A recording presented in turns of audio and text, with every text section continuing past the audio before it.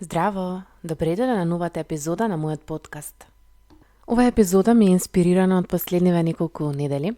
Малку ме нема, не успеав да снимам нова епизода, но некако размислував што е она кое што сакам да го снимам. Не сакам да биде нешто кое што само ќе биде колку да се сними, туку навистина да ви значи, да биде, меѓутоа и да биде некако во склад со мене овој период. Имав едно многу убаво предавање пред неколку дена и размислив што е оно што најмногу ми остави впечаток, односно што е оно кое што најмногу сакав да го споделам. И нешто со кое што јас си заминав од цела таа средба беше колку всушност заборавам колку млади личности го слушаат овој подкаст. Заборавам колку млади личности буквално овој подкаст има поддршка и потпора понатаму во животот, а се уште не се остварени ниту како партнери, ниту како родители, ниту пак во својата кариера. И нешто кое што ми остана значајно е, бидејќи јас бев предавач на таа средба, колку за мене мали и неважни работи кои што ги споделив, иако сепак нормално има во позадина една свесност колку се важни, но ако од страна некој ги слушне, ќе рече, колку неважна анекдота или колку неважна приказна, колку неважен детал во нечиј живот, но токму споделувањето на тие во наводници неважни работи, нив им имаше останато најзначајно. И сватив дека повторно заборавам колку е важно да се зборува, да се кажуваат и мали и неважни работи, но да не заборавиме на нив, затоа што токму тие мали и неважни работи се оние кои што знаат да направат промена во нечиј живот, да му помогнат да биде виден или пак да му помогнат да види нешто кое што многу му стоело и му било тежина. Денес размислував за една тема кратка и верувам дека ќе бидам кратка и јасна. Некако ми се постави и сакам да те го поставам прашањето на тебе што ме слушаш, колку пати на крајот на денот си седел и си помислил или си помислила, добре, јас денес направив буквално се за сите, ама како нешто да ме недостасува. И тоа е нешто кое што многу често го слушам и на терапија, го слушам и кај себе, го слушам и кај пријатели и можам да кажам дека многу пати јас додека сум растела, особено како помлада, сум го имала ова чувство да нешто ми недостасува, а сум направила буквално се. Но најчесто тоа се било во функција на другите. Реалноста, сите ја знаеме, вистината. Не можеш да бидеш се за сите, но можеш да бидеш се за себе. Но како и кога, нели ќе ја пронедеш таа граница, и најчесто во моментот кога ќе се пронеде таа граница, кога продолжуваш да даваш се за другите, почнува да биде подарок наместо обид, односно почнуваш да сваќаш од кое место даваш, како им даваш на другите и почнуваш реално да најдеш на граница што е она кое што ќе продолжам да го давам, а што е она кое што можеби и не треба да им го дадам. Да речеме, ако си мајка, верувам дека секој ден слушаш многу барања. Помош околу детето, работата, одреден проект, рокови, сопругот, родителите, пријателите, комшиите, обврски околу домот, обврски околу себе и така натаму. И реалноста е дека може да си една жена која што постојано вика добро, ќе го завршам уште ова, добро, ќе стигнам уште ова, чекај уште ова. И доаѓа некаде 11 часот навечер и седнуваш само со себе.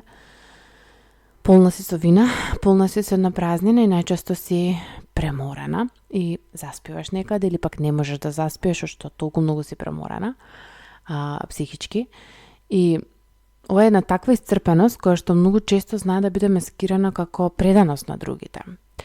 Или можеби си млада личност, не си се уште во брак, да речеме си во долга врска, родителите почнале да инсистираат на кога свадба, кога деца, или кога ќе најдеш работа, сигурна работа, што е тоа, какви се тие проекти и така натаму.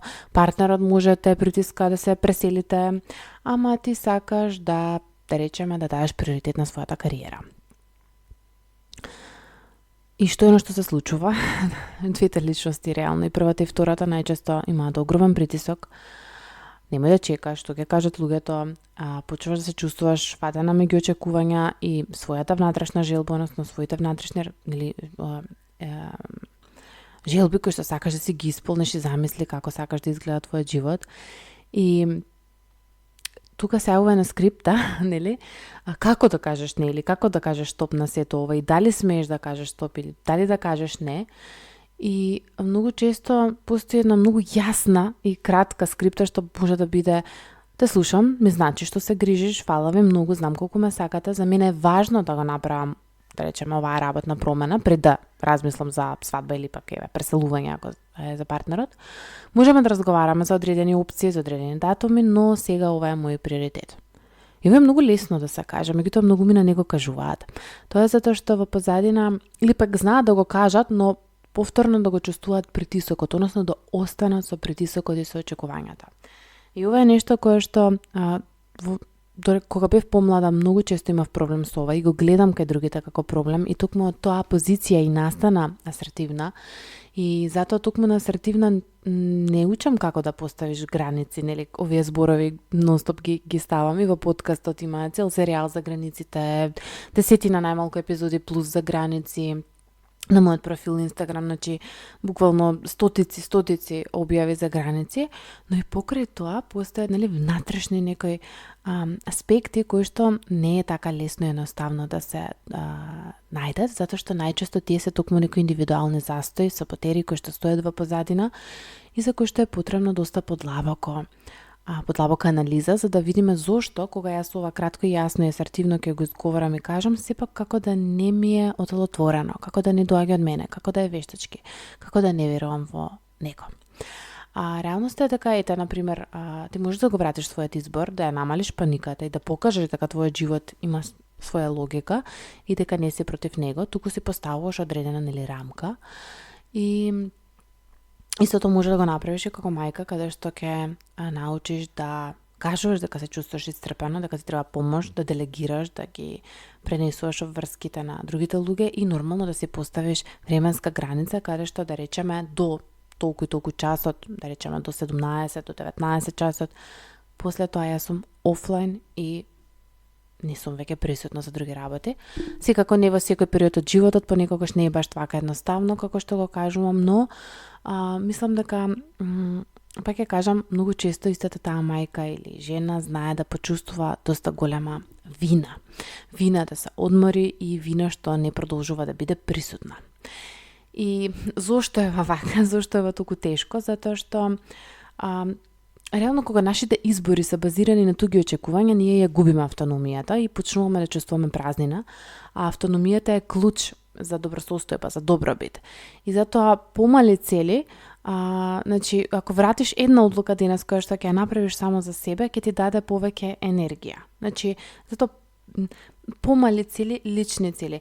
Автономијата, значи колку поавтономни сме, толку поенергични сме. Од друга страна, луѓето со анксиозно поврзување почесто бараат потврда преку давање и многу често во асертивна имам многу поголем број на жени кои што се баш со attachment стил кој што е анксиозен, затоа што оние со избегнувачки најчесто се повлекуваат и кога ќе го разбереме ова, многу е некако полесно да избереме соодветна тактика што понатаму да правиме и како да се поставиме. И затоа ако знаеш дека бараш одобрување, почни да го вежбаш она мало не во безбедна средина. Значи не почнувај веднаш кај некој што премногу ти значи. Јас секогаш давам препорака, почни со личности за кои што имаш многу мала емоционална поврзаност, затоа што таму е полесно. И да речеме во гешталт психотерапијата, односно целата таа теорија вели најчесто дека здрава интеракција, значи контакт, да се влезе во еден меѓусебен диалог, меѓутоа и да се повлечеш, да се вратиш за да можеш да се обновиш.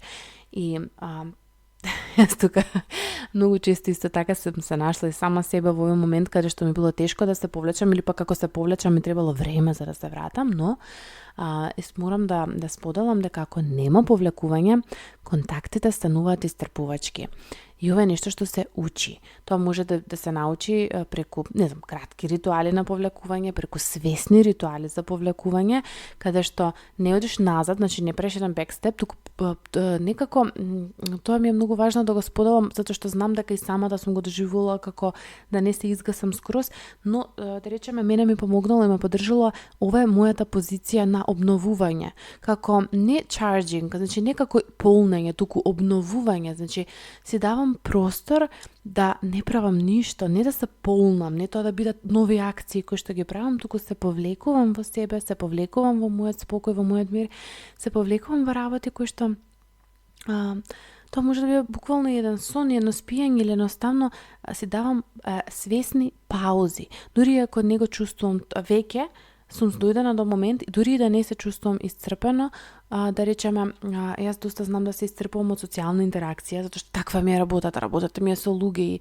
и знам дека често да бидам во наводници лош пријател, ама навистина некогаш немам капацитет да слушам нови проблеми, затоа што во текот на денот сум имала веќе контакт со многу проблеми и ако јас не земам свесен чекор назад од таква интеракција, јас не можам понатаму да функционирам никаде веќе, во ниедно друго поле. И затоа затоа ви донесав гештал перспективата дека е многу важно за да имате здрави контакти, здрава интеракција, колку што е важно да влегуваш во контакт, толку е важно и да се повлекуваш, односно да го даваш оној момент на обновување. И исто така хроничното давање, значи буквално без некаква регенерација, реално го намалува, значи дури во невронауката ова го објаснува како се намалува функцијскиот капацитет на префронталниот кортекс, таму се сместени нели комплексното мислење, контролата, сето она што го правиме, аналитичкиот ум, и кога ние сме во постојано кога постојано даваме, кога постојано служиме на другите, мозокот потешко планира, потешко памти и потешко избира мудро, значи потешко прави нови избори. И затоа се многу важни кратки вежби за регулација. Оние кои што бевте во смирена, верувам дека ги имате тие вежби, знаете сите оние техники кои што таму ги споделив на регулација, на регенерација, на враќање назад, за да може префронталната функција да се врати, барем дел да му се врати, за да можеш и подобро да одбереш граница, да не отидеш па во некоја ригидност и да ставиш премногу силни граници кои што пак ќе те затворат премногу за контакт. И исто така, тука баш сакам да споделам дека големите промени секогаш доаѓаат преку конзистентни мали акции, не со некоја голема драма и не со кој знае какви системи, туку со мали системи, односно со мали ритуали секој ден кои што ги правиме. И ова знам дека нешто кое што постојано можеби го слушате доколку работите на себе, ама сакам уште еднаш да го споделам дека големите промени доаѓаат со мали промени, со мали акции, со мали работи кои што се прават секој ден, а не со, не знам, наеднаш од утре се будам и го минувам цел живот. Не, утре станувам и правам едно нешто ново, па тоа го правам одреден период, па после тоа уште едно нешто ново и така натаму, затоа што во другиот случај најчесто ќе прегориме. И тука исто така би сакала да завршам со нешто кое што ми е многу важно, за да не биде предолга оваа епизода, а тоа е дека многу е важно да останеш свесна дека твојата енергија има граница. Значи, сечија енергија има граница и тоа не е недостаток. Тоа е ресурс. Значи, тоа е позитивно нешто дека вашата енергија има граница, затоа што кога ќе престанеш да си ја трошиш енергијата на задоволување само на тугите листи, и тука не зборам за мајка за своите дечиња која што мора да ги задоволи нивните потреби. И ова ќе го повторам, мора. Ние не смееме да влеземе во себичност. Ајде, тоа е тема за друг пат, меѓутоа мајката мора да прави одредени жртви за своите деца, ама тоа е приоритет, додека се мали, ама тоа е приоритетно.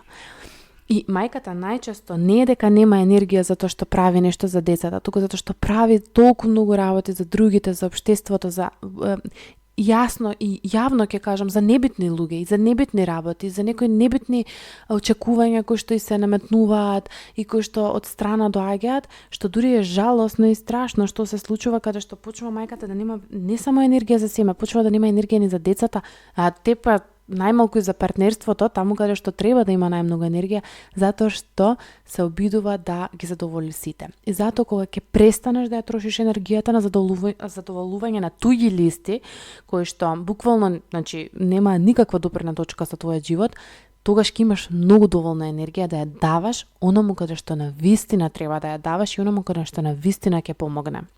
Значи, не е поентата да станеш, да се романтизира жртвата, туку мудро да почнеш да си ја инвестираш енергијата, да бидеш се за себе, за да си овозможеш и здравје, и присуство на оние на кои што им значиш, многу им значиш, на оние на кои што им требаш и секако на себе си. И затоа се надевам дека ова ќе ти биде поддршка и дека нема никогаш да заборавиш дека твојата енергија има граница, а тоа не е недостаток. Туку тоа е нешто што е многу позитивно. Те поздравувам, ти благодарам што остана до крај на оваа епизода и се слушаме во наредната.